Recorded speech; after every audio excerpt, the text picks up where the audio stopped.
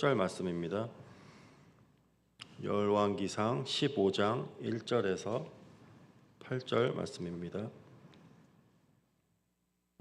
한 절씩 교독하시고 마지막 절 같이 교독하시겠습니다. 느밧의 아들 여로보암 왕 18째 해에 아비암이 유다 왕이 되고 예루살렘에서 3년 동안 다스리니라. 그의 어머니의 이름은 미아가요 아비살롬의 딸이더라. 아비암이 그의 아버지가 이미 행한 모든 죄를 행하고 그의 마음이 그의 조상 다윗의 마음과 같지 아니하여 그의 하나님 여호와 앞에 온전하지 못하였으나 그의 하나님 여호와께서 다윗을 위하여 예루살렘에서 그에게서 그 등불을 두시되 그의 아들을 세워 뒤를 잇게 하사 예루살렘을 견고하게 하셨으니 이는 다윗이 햇사람 우리아의 일 외에는 평생에 여호와 보시기에 정직하게 행하고 자기에게 명령하신 모든 일을 어기지 아니하였습니다. 로보암과 여로보암 사이에 사는 날 동안 전쟁이 있었더니 아비암과 여로보암 사이에도 전쟁이 있으니라. 아비암의 남은 사적과 그 행한 모든 일은 유다 왕 역대 지략에 기록되지 아니하였느냐. 함께 읽으시겠습니다. 아비암이 그의 조상들과 함께 자니 다윗성에 장사되고 그의 아들 아사가 대신하여 왕이 되니라.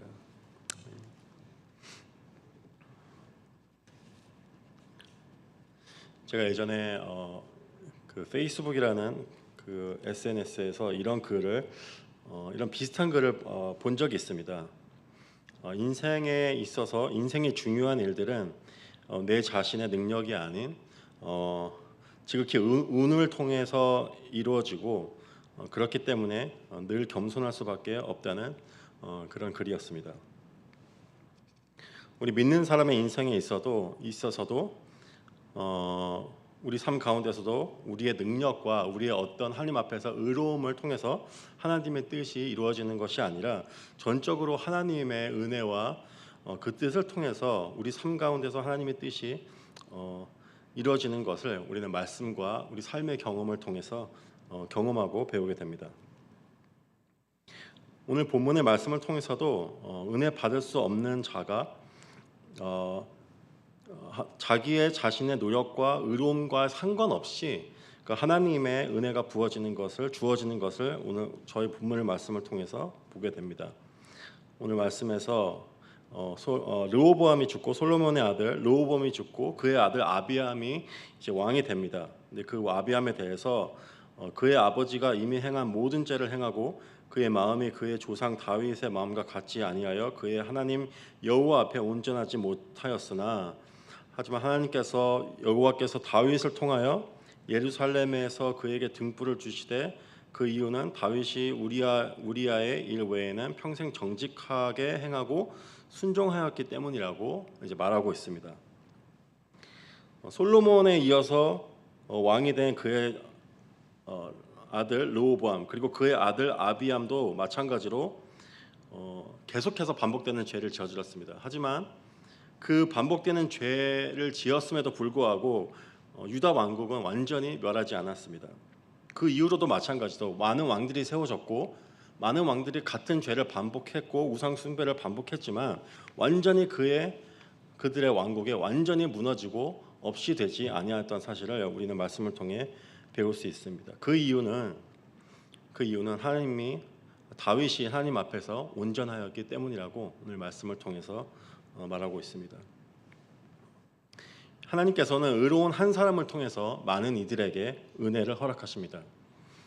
다윗은 어떤 사람이었나요? 다윗은 그의 마음이 하나님의 마음과 합한 사람이라고 성경은 말하고 있습니다.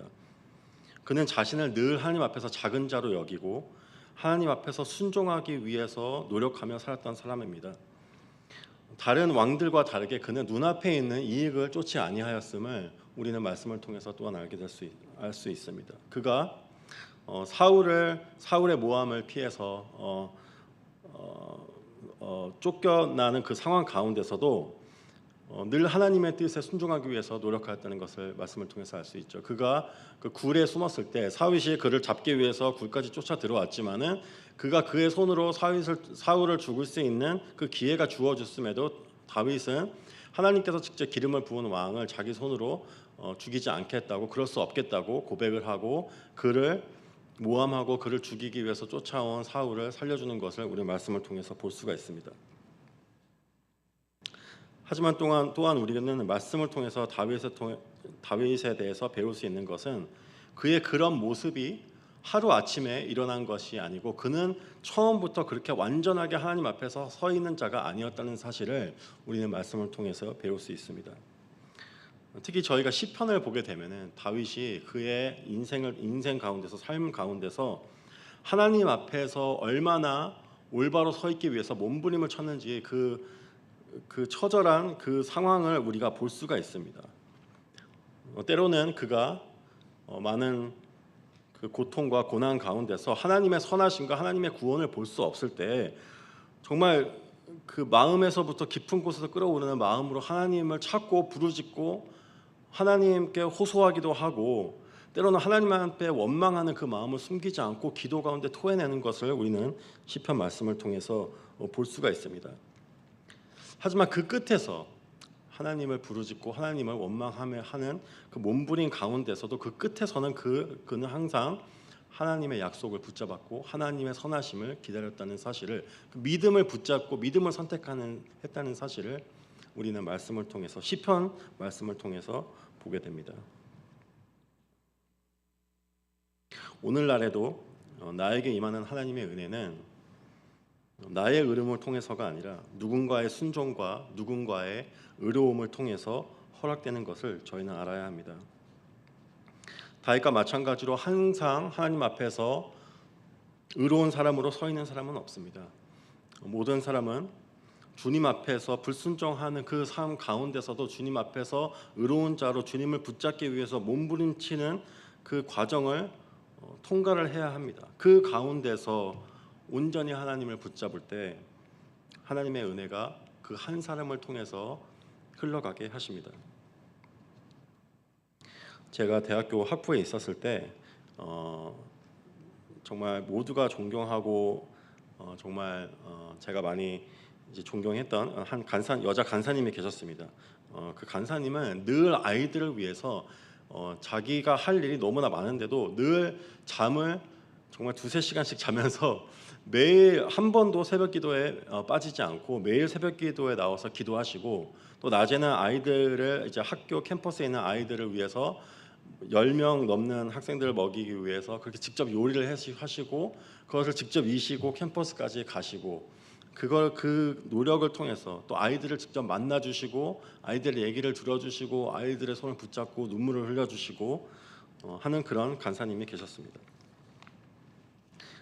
그의 그 헌신과 노력을 통해서 정말 교회를 단 한 번도 다니지 않았던 대학생 친구들이 교회에 나오게 되었고, 또 기도의 자리도 나가게 되었고, 그곳에서 하나님을 만나는 역사가 이루어지는 것을 저는 보고 경험하게 되었습니다.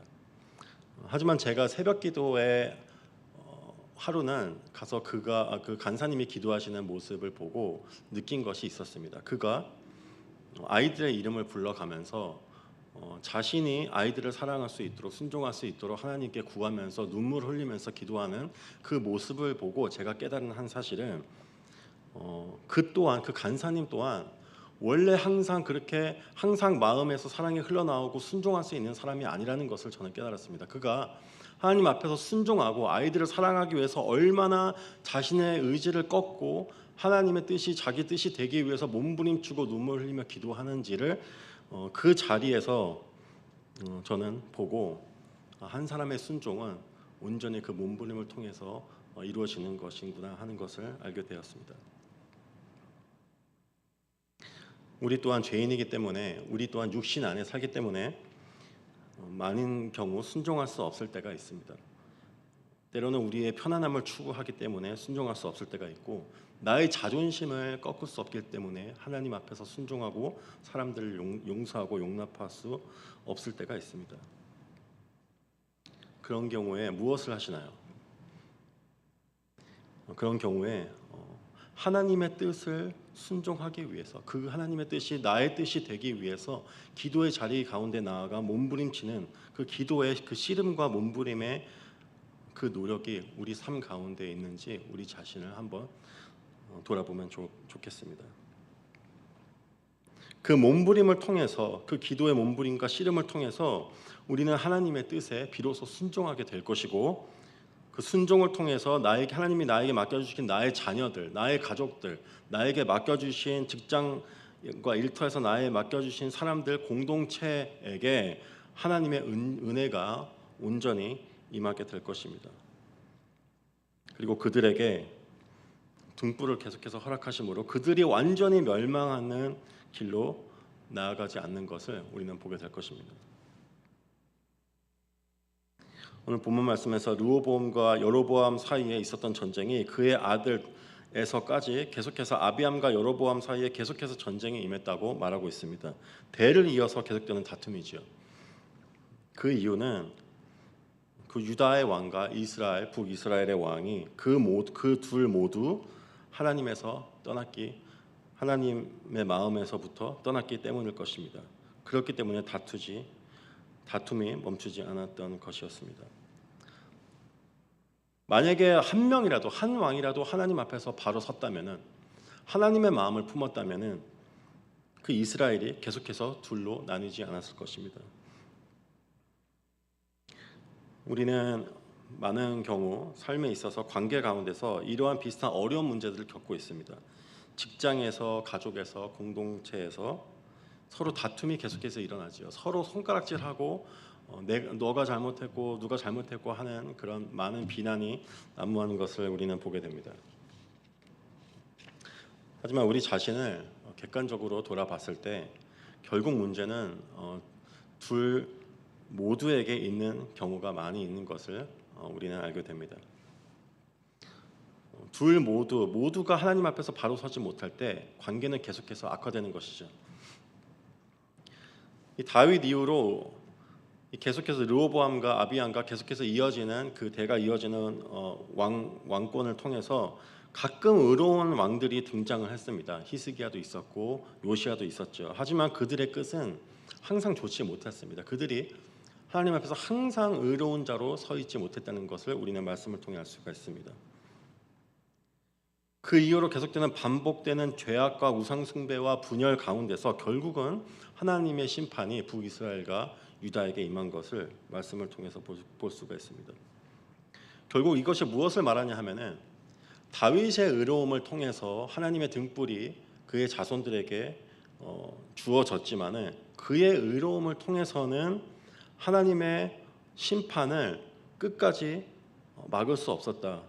온전히 그게 할 수 있었던 역할은 하나님의 심판을 미룰 수 있었던 것이지 온전히 끝까지 그것을 막을 수 없었다는 것을 우리는 배우게 됩니다.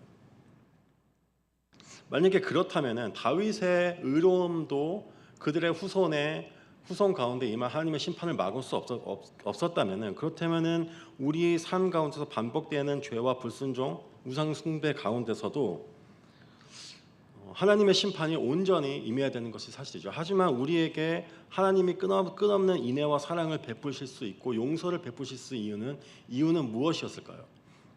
그것은 다윗이 행하지 못한 완전한 순종을 기른 가신 다윗의 후손이 있었기 때문입니다.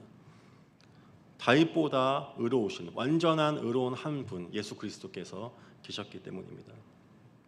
그의 의로움과 그 순종을 위해서 몸부림치는 그 노력과 그의 완전한 순종을 통해서 우리에게 하나님의 완전한 은혜가 임하게 되었습니다. 그리고 그 은혜, 그 등불은 구약에 있었던 사건과 다르게 영원히 사라지지 않을 것입니다. 많은 경우 저희 삶에서 일들이 잘 풀리지 않을 때 이런 생각을 하게 되죠.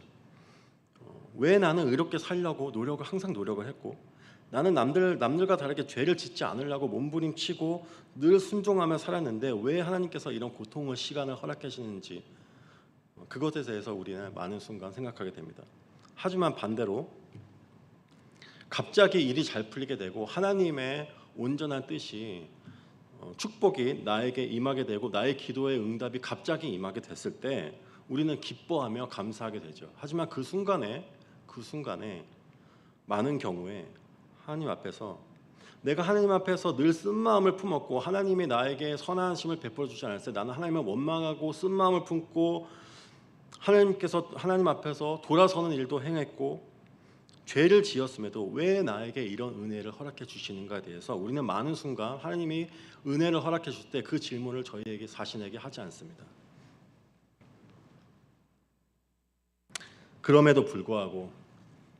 그럼에도 불구하고 나에게 선을 베푸시는 하나님의 사랑과 은혜가 있습니다.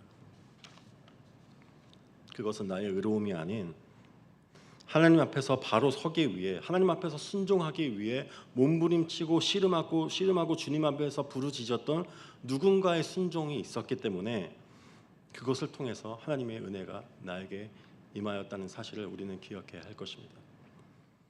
또한 십자가에서 자신을 내어주시며 주님의 완전한 순종을 통해 우리에게 허락된 은혜인 것을 우리는 기억해야 할 것입니다.